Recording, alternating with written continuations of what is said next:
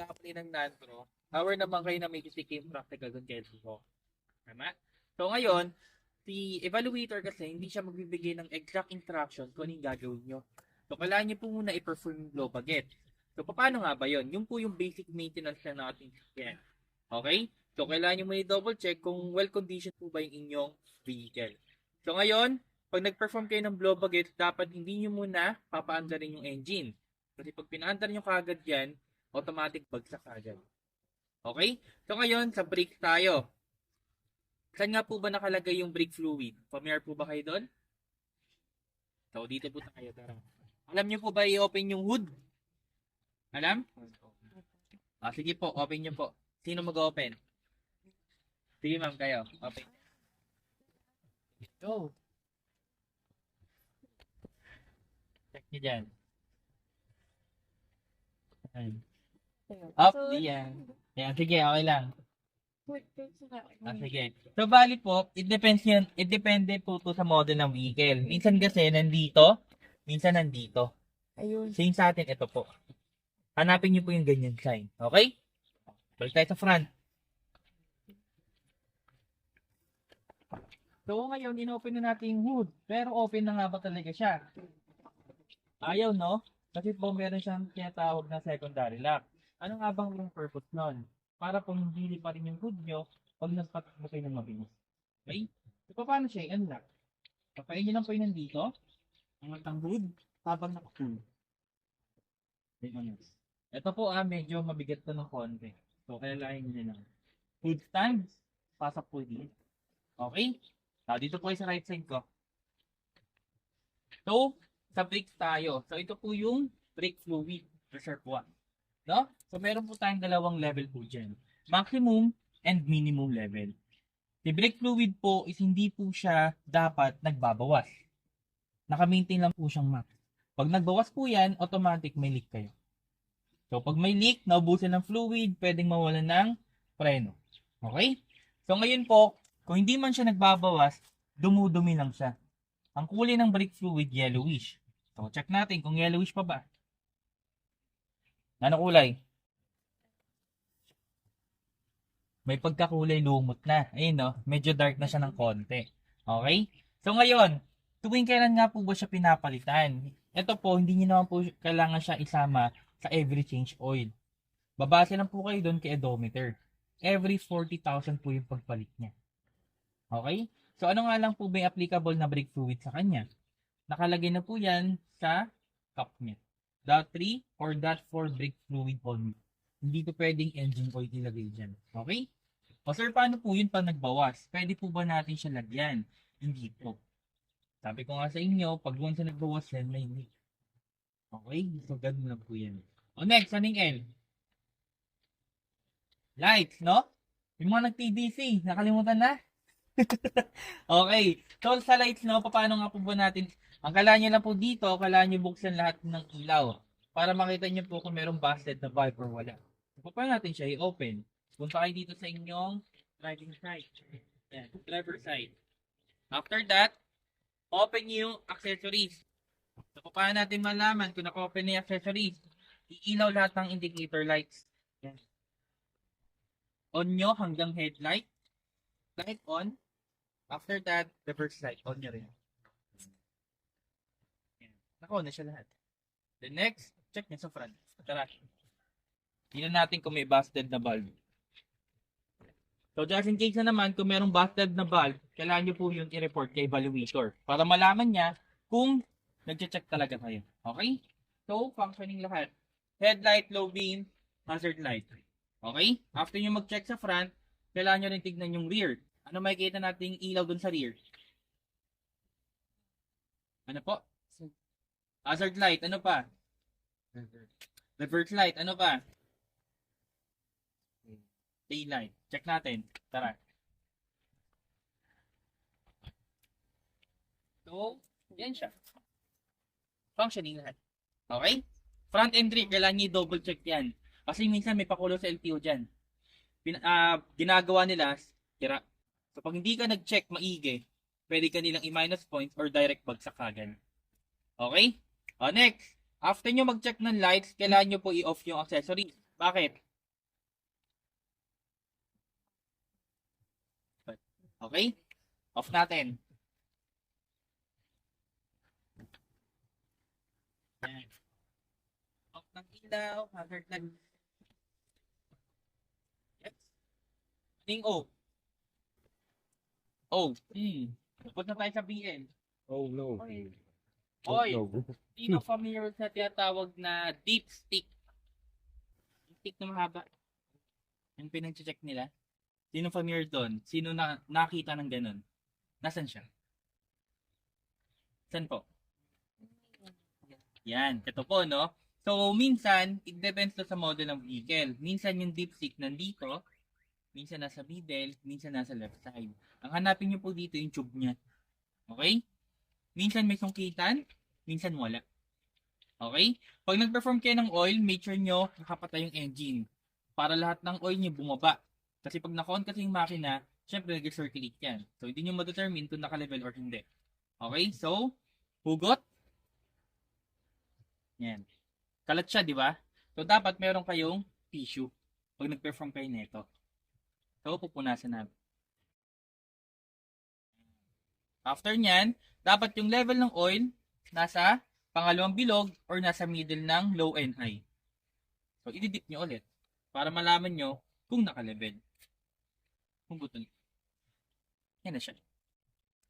Gets? So, naka-level po siya.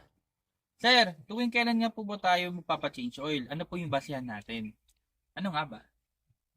Yung nakalagay Saan po? sa gauge. Okay, sa odometer pa rin.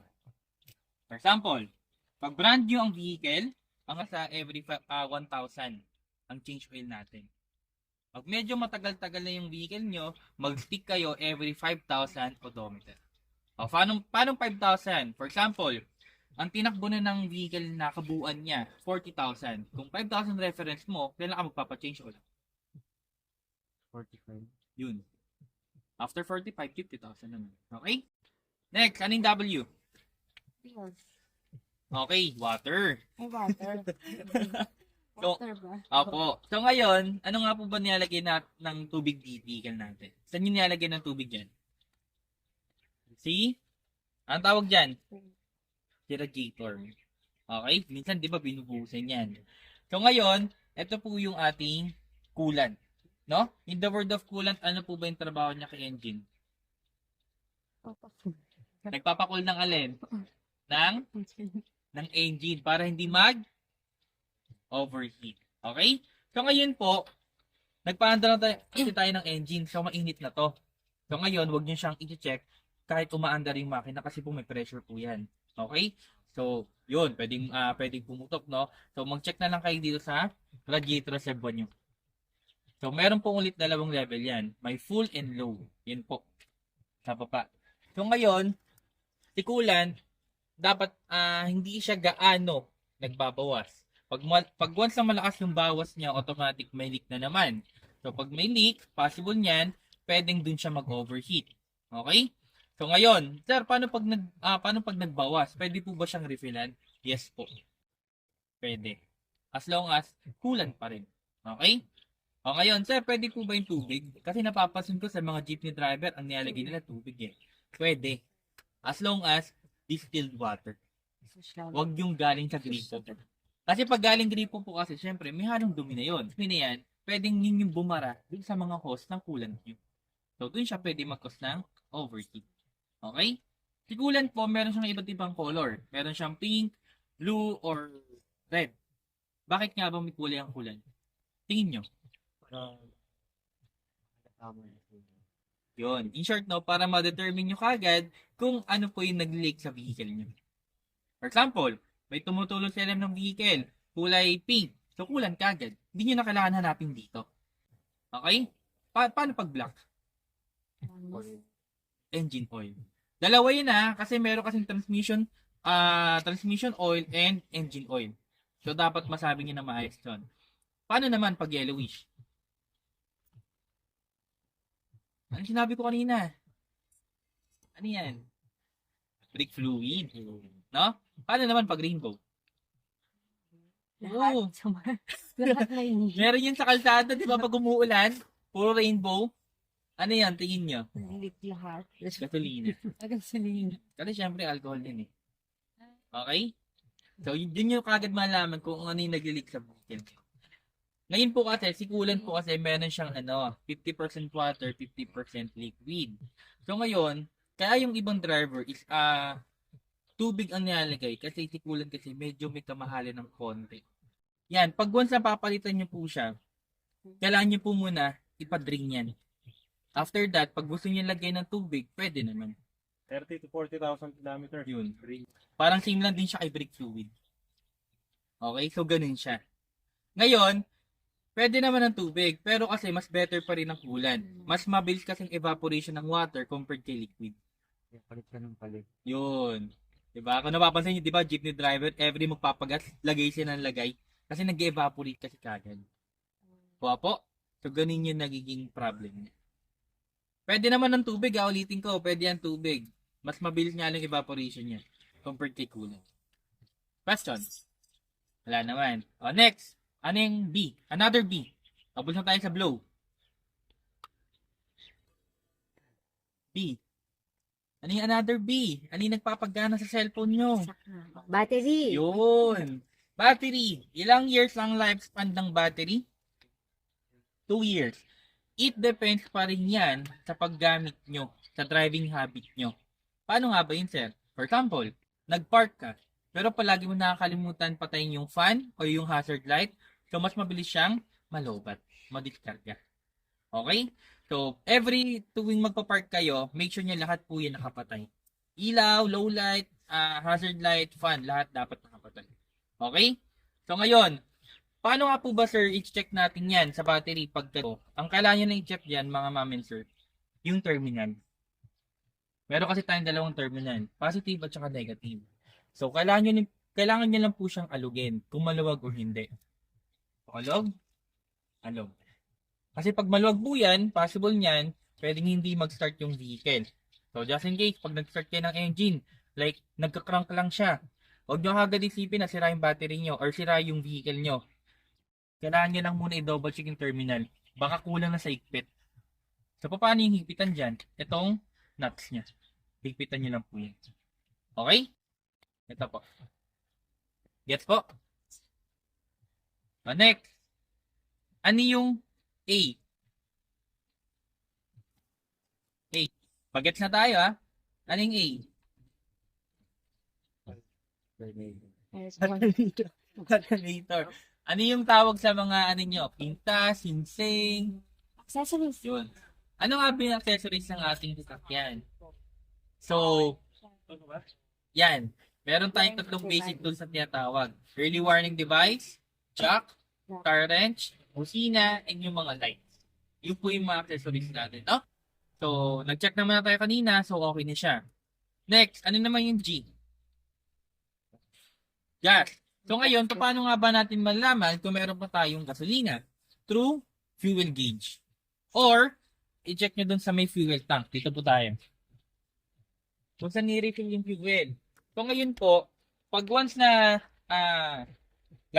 nagpagas kayo, pag once na luluwagan nyo po to, dapat pakanan. Then syempre, dapat may singaw. Yung parang katulad sa mga Coke. Tingnan natin kung meron.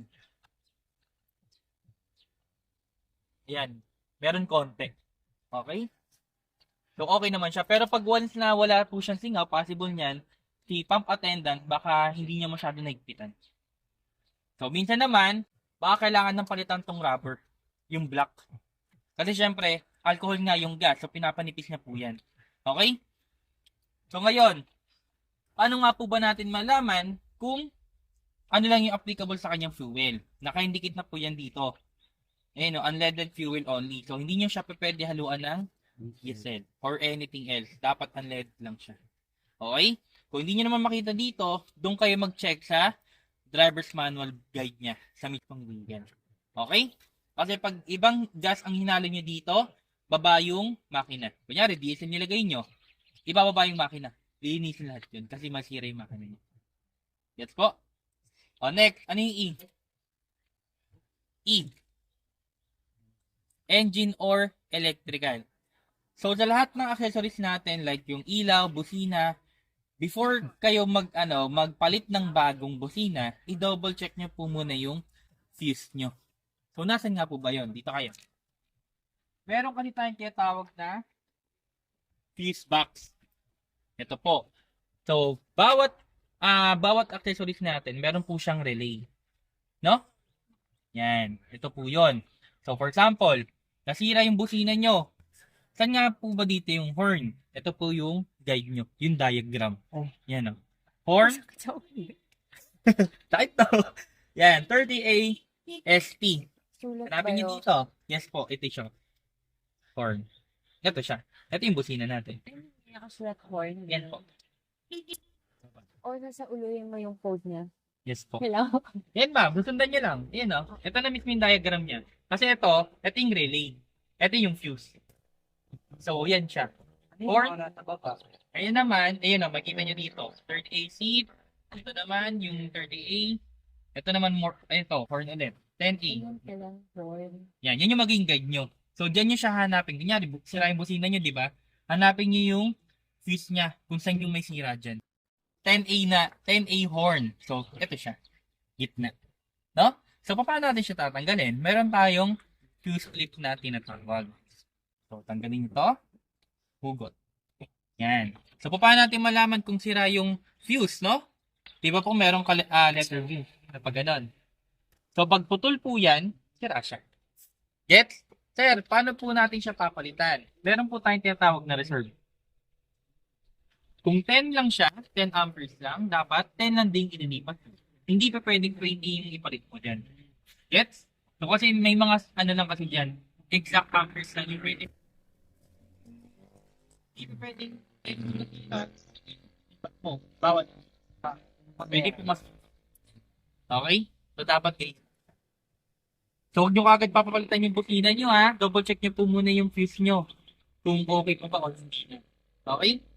Baka kasi mamaya, ayaw lang bumusina, palitan nyo kagad ng bago. Okay, pinalitan nyo ng bago, ayaw pa rin bumusina. E di, double check nyo na yung relay. Okay? Question. Basta ito yung magiging guide nyo, ha? Hanapin nyo lang po. Ayan, no? Yan na po yung mga naka-indicate dyan. Gets? O, next. Ay, T. Tires. Tires, no? O, dito po tayo sa likod.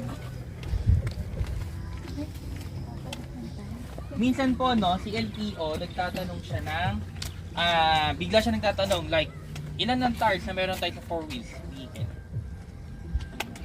5 palagi. I-consider nyo palagi yung spare tire. Kahit bumili man kayo ng second hand na vehicle, meron palaging second tire yan. Or spare tire. Okay? So, pag sedan type, or hatchback, nandito po. Ayan. Minsan naman, pag SUV, nasa ilalim. Pag mga katulad ng Jimny, nasa likod nila. Okay? So, pag once na mag-change kayo ng tire, dapat kompleto kayo ng basic tools. Early warning device, jack, and tire wrench. Okay po? So, turuan ko na rin kayo magpalit ng gulong. Ano po? Ayun na. Yes po. Yun po yung pagluwag ng nuts sa mga gulong Ayun natin. na. Apo, yan. Wait lang po, dyan lang po kayo. Dito po kayo. Yan. Sa pag-placement po ng jack, meron po tayong guide. Hindi siya pa pwedeng bara-bara lang ilagay mo sa ilalim. Bakit? Pag nilagay mo kasi ito sa pinaka-soft part yan, like dito, pwedeng mabutas. Okay? Meron tayong dalawang klaseng jack. May hydraulic at saka mechanical. Yung hydraulic, yung po yung pinapump lang. Yung mechanical, ito po yun. Just in case na naman, pag bibili kayo ng jack, mas better hydraulic bilhin nyo. Kasi medyo mahirap siyang ikot. Okay?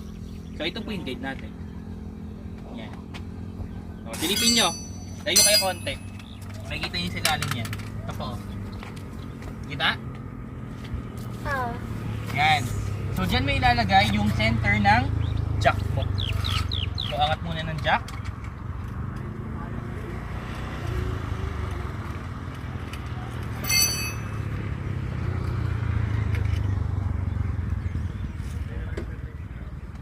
Yan, angat.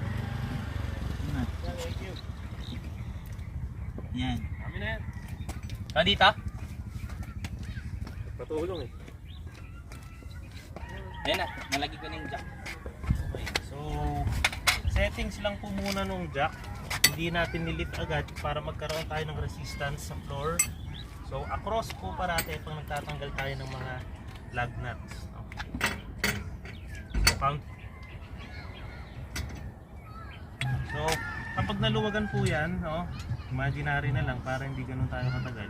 Kapag naluwagan, luluwagan din yung dalawa. Parati pong opposite sides. No? Then counterclockwise. Once na naluwagan yan, that's the time na ililift na yung jack. Then yung height ng tire, no? Isa sa magandang reference is yung kamay nyo makakapasok sa ilalim ng gulong. No? Yung whole hand nyo. So, pagpasok na yon, no? Pag naiangat nyo, pwede nyo na i-pull out. So, change tire, syempre dapat yung reserve tire nyo is well inflated, ma'am sir. Kasi useless kung flat yung ipapalit nyo. So, kapag napalitan, ganun din. Opposite side ang pag-tighten. Una, hand tight lang muna. Hand tight. So, after ng hand tight, ibababa na natin yung jack. So, that's the time na ihigpitan muna ulit. No? So, kapag may tumulong sa inyo, make sure na i-assist nyo na lang sila. Kasi hindi naman lahat is not knowledgeable with regards to sa location o yung paglagay ng jack. Baka maasar pa kayo kapag improper yung location ng paglagay nila pero ang intention nila is correct. Pwedeng bukas yung flooring ng vehicle. So sa tires, nasabi na po ba ni Sir Joshua yung proper inflation? So, naririnig nyo yan sa mga drivers nyo, no? Tatay nyo man yun, o relative nyo, no? 30, 35, 32, ganyan. So, yung correct inflation is nandito po kadalasan sa side. So, PSI, yung pressure per square inch. And mostly sa gas stations naman po, no? Digital naman. So, isi-set nyo na. Ilan po lifespan ng ng ating